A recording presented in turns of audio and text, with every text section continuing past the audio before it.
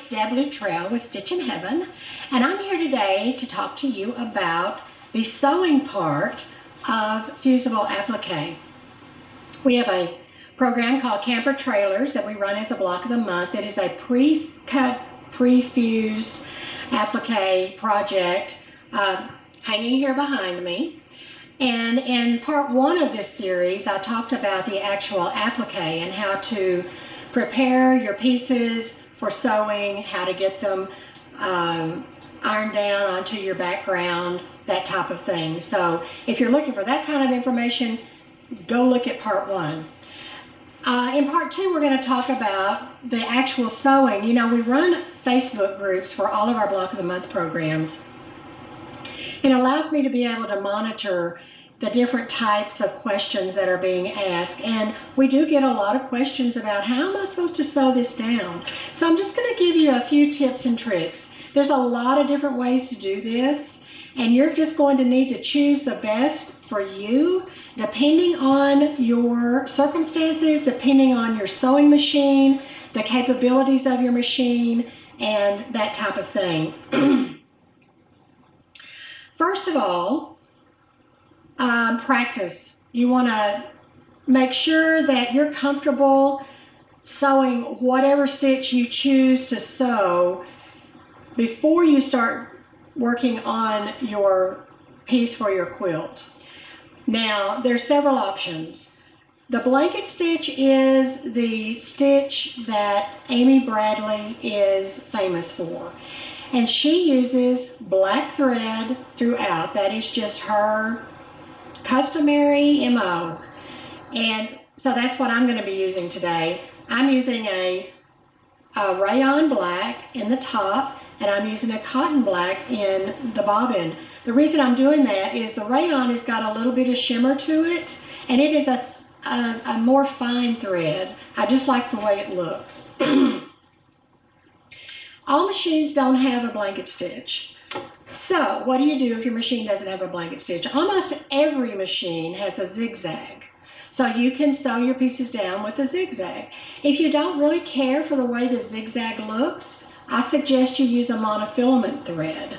Use a monofilament thread on the top, which is a fancy word for invisible, and use a white thread in the bobbin. You can use a straight stitch if you want to. Again, if you don't want to see your stitching, use the invisible thread. You can use black thread for straight stitching. Just, you know, it just depends on what you want to do, what you want your project to look like, and what you're comfortable with. Again, practice, practice, practice. I'm going to show you a few practice pieces before we get started on the actual piece, and talk to you about some techniques to be able to use while you're doing it. First of all, I'm going to tell you that what I like to do when I do Fusible Appliqué is to take a stabilizer.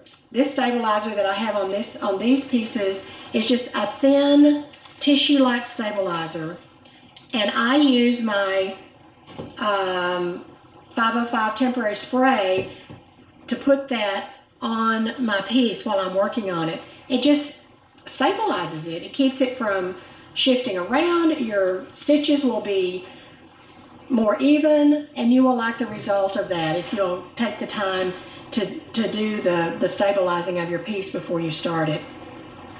So I've stabilized this little piece that I'm going to be using for our practice piece, and I'm just going to show you how the blanket stitch works. We're going to work with the blanket stitch today because that is my favorite way to do this. Now, your blanket stitch is going to start out with your needle on the right hand side. You can adjust the length and the width of your blanket stitch with the controls on your machine. You want to have a blanket stitch that is not too big. You want it to be, you know, fairly small, especially for a, you know what, I'm going to have to turn, no. Especially for a project like this. The main thing with this project, you guys, just go slow. Don't try to rush it. Just go, let's see here.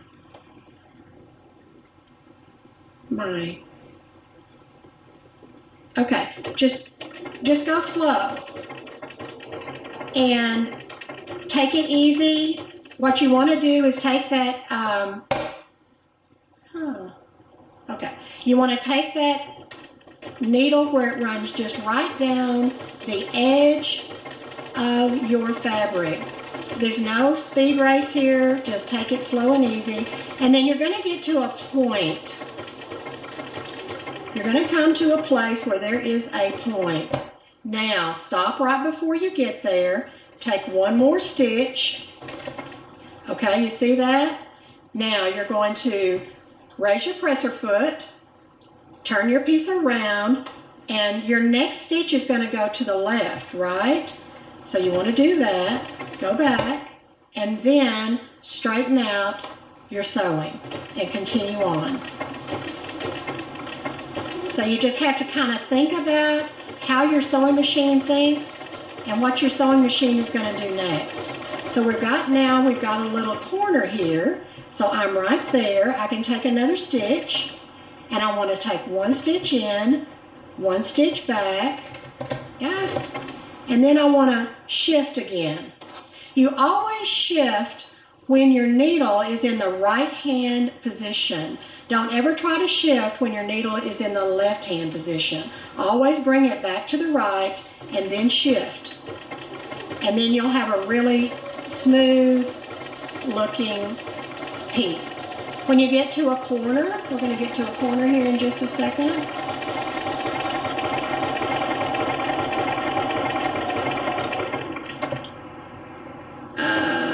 Okay, I'm at the end. I can take one more stitch, then I'm going to shift. My needle's going to go back to the left, and I can keep right on sewing. All right.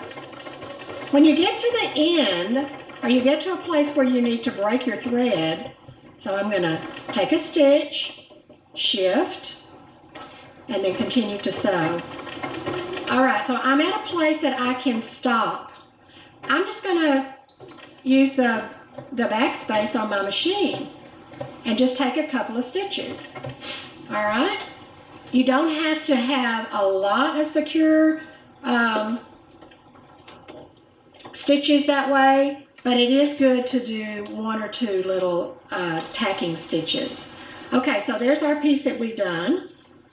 Now I'm going to show you how to do a circle.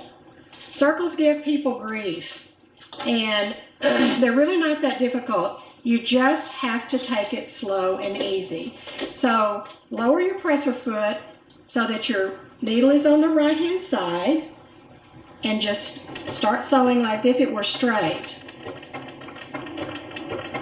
So you're going to sew, and then you're going to get to a point and you're going to turn your piece just a little bit. Every 2 or 3 stitches you're going to turn your piece, okay, so that you can stay on that edge but your stitch is still perpendicular. You don't want your stitches to be slanted, and if you don't turn your piece often enough, your stitch will be slanted. So I'm going to take a stitch, I'm going to turn, it's going to stitch again. All right. And then you just continue to go around. Just take it very slow and easy. You see how slow I'm going? There's no speed race here. Slow and easy, slow and easy. All right, so that gives you an idea of what to do and how to do your blanket stitch. You can do the same idea with the zigzag or with the straight stitch. Now, once we start working on our camper trailer, I use a sew line. This is my favorite marking pencil. It's a sew line marking pencil.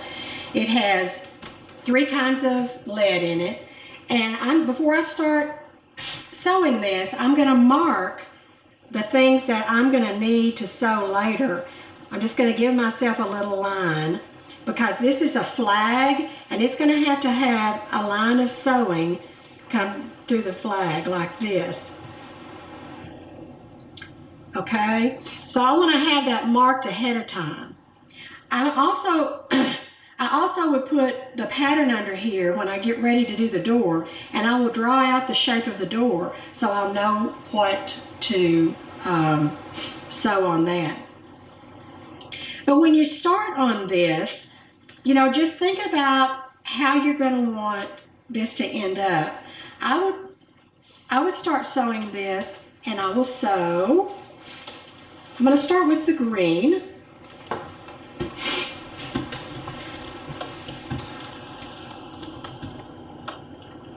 And let's see here. I want to make sure my needle is to the right when I start. Okay.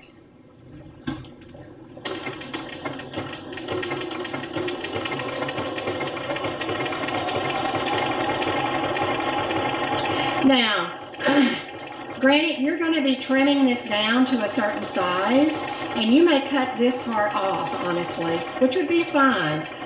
But I'm not really sure what it's going to size down to, so I'm just going to do it as if it's not sized down. So I'm at the corner. I've taken a stitch right to the corner.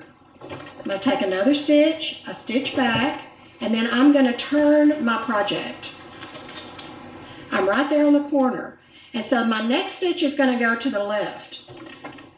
It went straight and then to the left.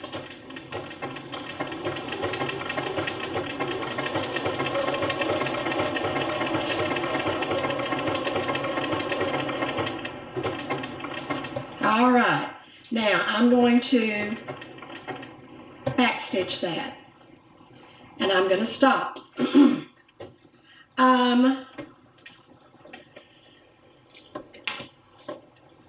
You're going to go through and you're going to think about what should be under what. See, I sewed up to this sign because the sign is going to be on top of this. So I'm going to go ahead and sew over here because the sign would be on the top of this. So be sure and think about that. Make sure that you're always going in the right direction as well. So I'm going to turn it this way. Lower my presser foot. Take my first stitch.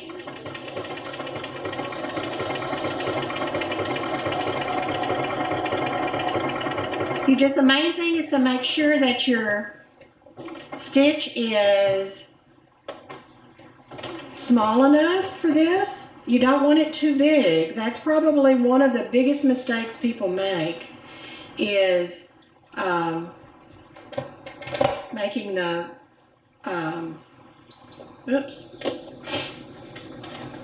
making the stitch too big.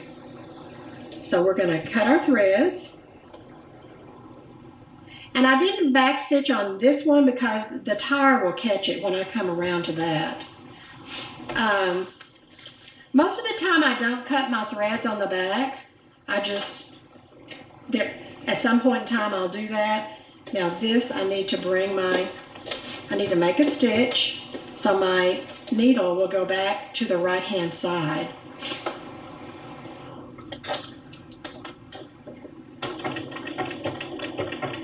Whoops, I'm going backwards. How did that happen? Ruh-roh. Okay, I can go pull that out later.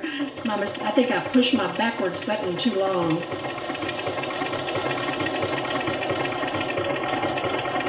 So you see, anything you do, you can fix.